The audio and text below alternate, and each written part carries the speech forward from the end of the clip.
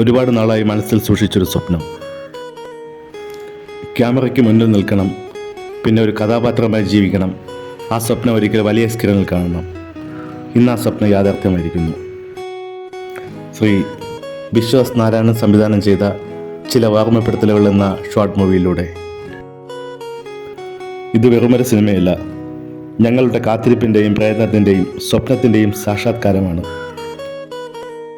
ഈ ഒരു ദിവസത്തിനായി ഇതിൽ അഭിനയിച്ച എല്ലാവരും നല്ല രീതിയിൽ കഷ്ടപ്പെട്ടു. ഈ നിമിഷത്തിനായി ഒരുപാട് കാത്തിരുന്നു. കയ്യിൽ ഒന്നുമില്ലാത്തപ്പോഴും മനസ്സിലൊരു സ്വപ്നമുണ്ടായിരുന്നു. ഒരിക്കൽ ഞാൻ അഭിനയിച്ച സിനിമ തിയേറ്ററിൽ വലിയ സ്ക്രീനിൽ കാണണം. ഇന്ന് ആ നിമിഷം എത്തിയിരിക്കുന്നു.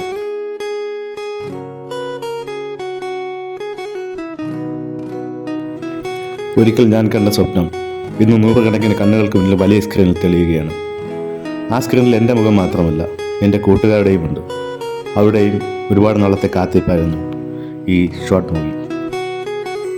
ഇതിൽ കേന്ദ്ര കഥാപാത്രമായി അഭിനയിച്ചിരിക്കുന്നത് മികച്ച നടനുള്ള സംസ്ഥാന അവാർഡ് 3 തവണ നേടിയ ശ്രീ കണ്ണൂർ വാസുട്ടി സാറാണ്. നിങ്ങളുടെ എല്ലാവരുടെയും സപ്പോർട്ടാണ് നമ്മളുടെ വിജയത്തിൻ്റെ പിന്നിൽ.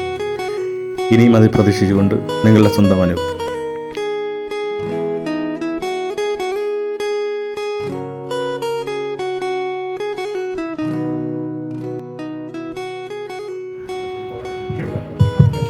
നമസ്കാരം.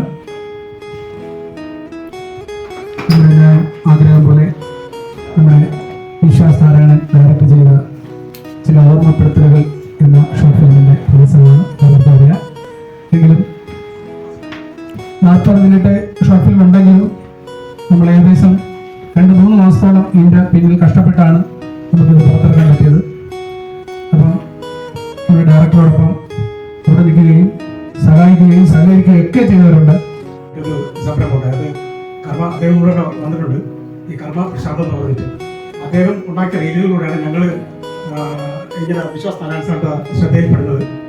അങ്ങനെയാണ് അദ്ദേഹം ഞങ്ങൾ അതിനകത്ത് കാസ്റ്റ് ചെയ്യും, അങ്ങനൊരു അവസരം ഉണ്ടാവുകയും ചെയ്യും.